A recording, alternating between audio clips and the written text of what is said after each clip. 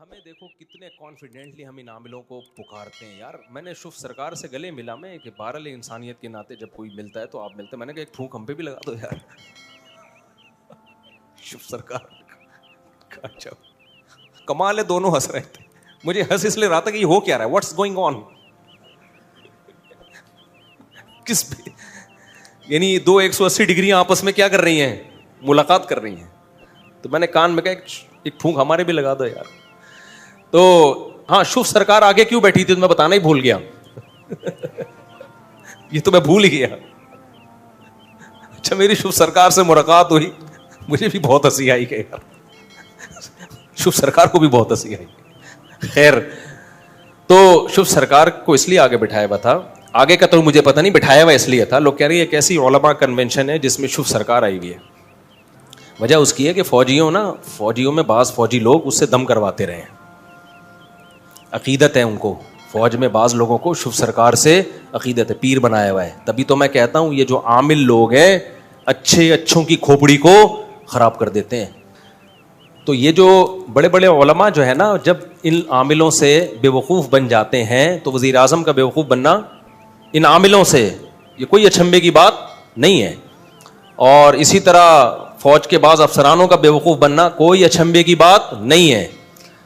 یہ ایسے کیپچر کرتے ہیں نا دماغوں کو. تو اب فوج میں اتنے اثر رسوخ اس آدمی نے بنا لی ہے, ان محترم صاحب نے, دم کر کے ان کے جن چڑیل بھوت بھگا کے, تو وہ ایک اثر ہے. وہ اقرار الحسن آہستہ آہستہ وہ اثر کیا کرے گا, نکالے گا انشاءاللہ. کافی حد تک تو نکال دیا ہے. تو ان کے بہت ہی ان کے ہوتے ہیں, ہم پہ اثر نہیں ہوتا, بس اللہ کا بڑا فضل ہے. آرمی چیف تو مجھے نہیں پتا آرمی چیف کا کیا حال ہے, میں اس پہ تبصرہ نہیں کروں گا. لیکن جو فوج کے بہت سارے آفیسرز ایسے ہیں جو شف سرکار کو سمجھتے ہیں کہ یہ بہت پہنچی ہوئی سرکار ہے. تو یہ دماغ خراب ہو گیا ان افسروں کا, اور کچھ بھی نہیں ہے. ان افسروں کی کھوپڑی کیا ہو گئی ہے بھائی, آؤٹ ہو گئی ہے. کبھی میرے پاس آؤ تو میں بتاؤں گا کہ جن مجھے تم اس سے اچھا بھگانا آتا ہے. میرے پاس آؤ کبھی خوشبو لگا کے, تو آپ کے سارے جن انشاءاللہ 4 سیکنڈ میں 5واں نہیں ہونے دوں گا سیکنڈ. مجھے جتنا اچھا جن بھگانا آتا ہے نا, اتنا کسی کو نہیں آتا ہے, ذہن میں رکھنا. اور اس کا طریقہ یہ ہے میرا جن بھگانے کا کہ جو جن بھگا رہے ہیں نا اس کو بھگا دو یہاں سے. میں نے بہت سے لوگوں کے علاج کیے ہیں. ایک آدمی کا تو میں نے علاج کیا, اس کی بیوی کا علاج. اس پہ جن آتے تھے یوں کلابازیاں, وہ بیچارہ فون کرتا تھا مجھے, یار میری بیوی پاگل گردن دب رہی ہے, یہ کر رہا, مر رہی ہے, یوں ہو رہا ہے. قطر سے فون کرتا تھا. میں نے اس کو بولا یہ کس سے علاج کر رہی ہے؟ انہوں نے کہا کراچی کے بڑے مفتی صاحب ہیں. میں نے کہا الو کا یعنی مسجد میں ایسا گالی دینا مناسب نہیں ہے. میں نے کہا بہت بڑا پٹھا ہے وہ, الو خود لگا دینا بعد میں گھر جا کے, ہٹاؤ اس کو وہاں سے, علاج چھڑواؤ. کہہ رہے ہیں وہ تو مفتی ہیں بھائی. میں نے کہا بھائی 2 نمبر آدمی ہے, چھوڑ دو مفتی نہیں ہوگا. ہر آدمی نام کے ساتھ مفتی لگاتا ہے. کہہ رہے وہ تو مر جائے گی. میں نے کہا بھائی مرنے دے. جب تک ذہنی طور پر اس کے لیے تو تیار نہیں ہوا نا کہ مر جائے گی, اس کا علاج نہیں کراؤں گا, اس وقت تک جن نہیں بھاگے گا. پھر رات کو 4 بجے فون کر رہا ہے, مر رہی ہے, میں فون کر دوں. میں نے کہا بھائی تیری بیوی ٹھیک ہونے والی نہیں ہے, تیرے اندر ہی کانفیڈنس نہیں ہے نا. کہہ رہا میں مفتی صاحب کو فون کرتا ہوں تو ٹھیک ہو جاتی ہے. میں نے کہا بھائی یا تو اس کو عشق ہو گیا مفتی صاحب سے, ہاں بڑے بڑے عشق کے واقعات ہوتے ہیں, یا یہ کہ وہ مفتی ہی جن بھیج رہا ہے اس کے اوپر. میں نے کہا مرنے دے. پھر فون کر دیا اس نے 4 بجے مفتی صاحب کو. انہوں نے کوئی پھوپھاں کی ہے, شف سرکار سے لیڈ لے کے یہاں پارسل کی ہے تو ٹھیک ہو گئی. وہ کہہ رہے ہیں یار ٹھیک ہو گئی. میں نے کہا یہ کبھی بھی ٹھیک نہیں ہوگی, میری گارنٹی ہے, لکھ لے, یہ ہمیشہ اسی طرح تڑپتی رہے گی پوری زندگی. پھر دوبارہ جب ہوا نا تو اس نے نہیں کیا فون, مجھے فون کیا. میں نے کہا نہیں کرنا اس کو, نہ دم کروانا کسی سے بھی. بولو مر جا بیگم, نہیں کوئی پھونک نہیں لگے گی, خود جتنی پھونکیں لگانی ہے لگا دے, آیت الکرسی پڑھ کے, اس پہ ہمیں وہ نہیں ہے. یہی ہوا, اللہ کا فضل ہے. کچھ گھنٹوں تک اس نے صبر کیا, فون آیا, ٹھیک ہو گئی ہے. میں نے کہا دیکھ یہ عقیدہ بنا لے, مر جائے گی, مرنے دوں گا. اب لوگ کیسے خواتین شاید غصے ہوں گی, اچھا یہ تو چاہتے ہیں کہ بیویاں مریں. بھائی میں چاہتا ہوں کہ نہیں مریں, تبھی میں ان میں یہ کانفیڈنس بھر رہا ہوں. میں چاہتا ہوں کہ نہیں مرے, ورنہ مرے گی, یا تو مر جائے گی یا اس پہ مر جائے گی جو دم کر رہا ہے. دونوں میں ہم نے بہت عاملوں کو دیکھا ہے بھگاتے ہوئے بیویوں کو, لوگوں کی قبضہ کرتے ہیں. سارے عامل نہیں کرتے لیکن بہت سے کرتے ہیں یہ کام. تو وہی ہوا. پھر اس میں ہمت آئی, اس نے نہیں کیا. 1 2 3 ہفتہ 1 مہینے کے بعد ٹھیک ہو گئی. اس نے بیوی کو بول دیا کہ بھائی دم وم نہیں ہوگا, مرنا ہے مر جائے یہیں پہ. اللہ کا شکر ہے ٹھیک ہو گئی. جب ٹھیک ہوئی ہے تو اس نے مجھے 10,000 روپے ہدیہ بھیجے. یہ بات ہوگی 2009 یا 10 کی. کہا یار, میں نے کہا بھائی میں فری میں علاج کرتا ہوں لوگوں کا, ہمارا کوئی معاوضہ نہیں. کہہ رہا آپ نے میری اتنی بڑی ٹینشن دور کر دی. وہاں سے ہدیہ بھیجا اس نے. اچھا خیر, پھر کیا ہوا آپ کو پتا ہے, ایک چیز ہوتی ہے جس کو کہتے ہیں انسیکٹ. اس کا گھر جا کے ترجمہ کر لینا, مسجد میں مناسب نہیں. ایک کیا چیز ہوتی ہے انسیکٹ, ٹھیک ہے, گوگل پہ دیکھ لینا. یہاں مسجد میں نہیں, مسجد میں بالکل مناسب نہیں ہے. جس کو یہ ہو جائے نا اس کا دنیا میں کوئی علاج نہیں ہے. وہی ہوا, ٹھیک ہو گئی تھی اچھی بھلی. پھر کہتے ہیں ایک بزرگ ہمارے گھر میں آئے ہیں حضرت, انہوں نے بتا دیا کہ میں نے کون سی گھڑی پہنی ہوئی ہے, حالانکہ انہوں نے گھڑی دیکھی نہیں تھی. یہ بالکل ٹھیک لگ رہے ہیں مجھے. میں نے کہا تو نہیں سدھرے گا. کہہ رہے انہوں نے کیسے بتا دیا میری گھڑی ہے, حالانکہ دیکھی نہیں تھی. ابے بھائی کچھ بھی ہوگا بتا دیا ہوگا, بڑے شعبدے ہوتے ہیں دنیا میں یار.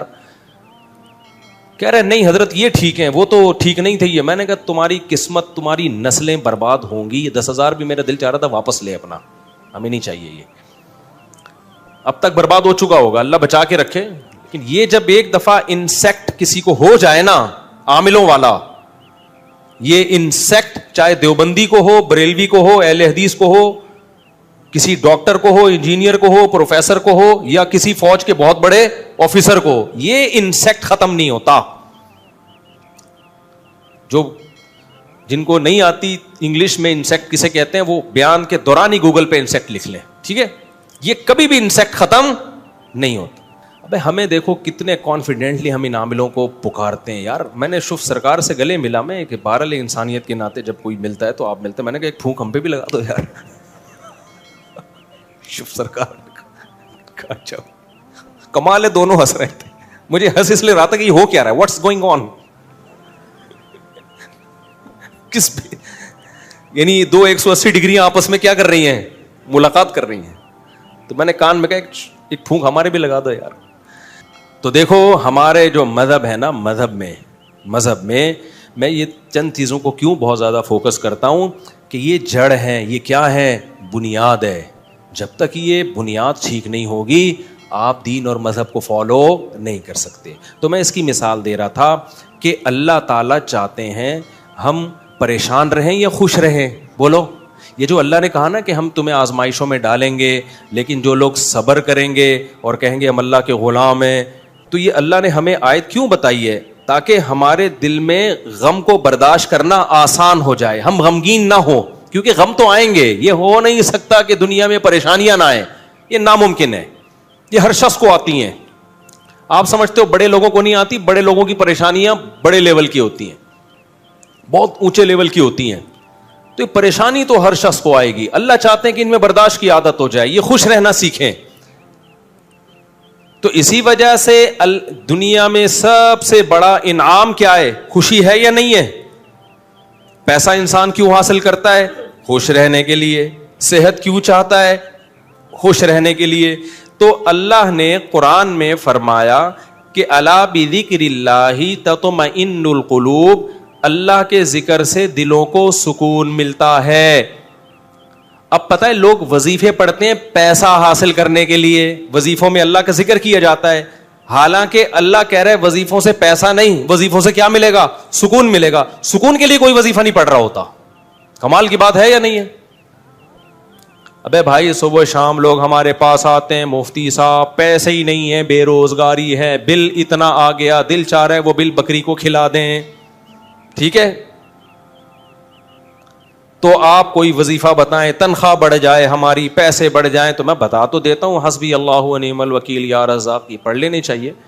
لیکن قرآن جو وظیفے بتا رہا ہے پیسے بڑھانے کے لیے نہیں بلکہ سکون کے لیے. کیا مطلب؟ غربت میں سکون مل جائے گا. آپ کو پیسے مل کے بھی سکون نہ ملے, اس سے بہتر وہ غریب نہیں ہے جو پیسے نہ مل کے اس کو سکون مل رہا ہو. وہ زیادہ اچھا نہیں ہے کیا؟ وہ تو زیادہ اچھا ہے بھائی. اس لیے اللہ فوکس دولت کو نہیں کر رہے, کس کو کر رہے ہیں فوکس؟ سکون کو فوکس کر رہے ہیں اللہ تعالیٰ. میں نے ایسے غریب دیکھے ہیں, ایسا دل ہنس رہا ہوتا ہے, مسکرا رہا ہوتا ہے مستیوں میں. اکثر میں ایک واقعہ بتاتا ہوں نا, ہمارے گھر میں مزدور آتے تھے, والد صاحب حیات تھے, انہوں نے اللہ ان کی مغفرت فرمائے, انہوں نے فرش بنوانا تھا. تو مزدور جو تھے نا صبح سے لگے ہوتے تھے اور گنگنا رہے ہوتے تھے. مزدوروں کے گانے بھی آپ کو پتہ ہے پرانے زمانے کے ہوتے ہیں, گنگنا رہے ہوتے تھے اور وہ لگے ہوئے ہوتے تھے نا. شام کے وقت جب وہ پلستر کر رہے تھے فرش میں, تو میں تھا, میری عمر ہوگی 20-22 سال. میں نے کہا یار اس فرش میں نا آپ جو ہمارے صحن کا فرش بنا رہے ہو یہ تھوڑا سا چکنا فرش ہو, یعنی بالکل جیسے ہوتا ہے نا پلین, ایسا فرش ہو, ایسا بنانا. تو کہنے لگے اب مستی میں ہے نا, شاید لاہور کے ہوں گے, اب ان کو کھیلنے کا موقع مل گیا مجھ سے. انہوں نے کہا یہ فرش آپ چاہتے ہو ذرا چکنا پلین فرش ہو تو اس میں سرسوں کا تیل ڈلے گا یا ناریل کا بولا. تو میں نے کہا یار میں لے آتا ہوں ناریل کا تیل ڈال دو اس میں بھائی, کیا خیال ہے, تھوڑا سا کیا ہو جائے پھسلن پیدا ہو جائے اس میں. کہہ رہے نہیں اس میں ناریل کا تیل ڈلے گا. اب میں جا رہا ہوں لینے کے لیے, وہ تو شکر ہے مجھے کسی نے روک دیا, کیا کر رہا ہے بھائی. تو وہ کھیل رہے تھے نا, شام کا وقت تھا. پھر دوبارہ اسی طرح کا کوئی مذاق, تو مجھے پھر میں نے کہا یار تم لوگ بڑے مستی میں ہو. کہتے ہیں یار یہ ہمارا فل مستی کا ٹائم ہوتا ہے.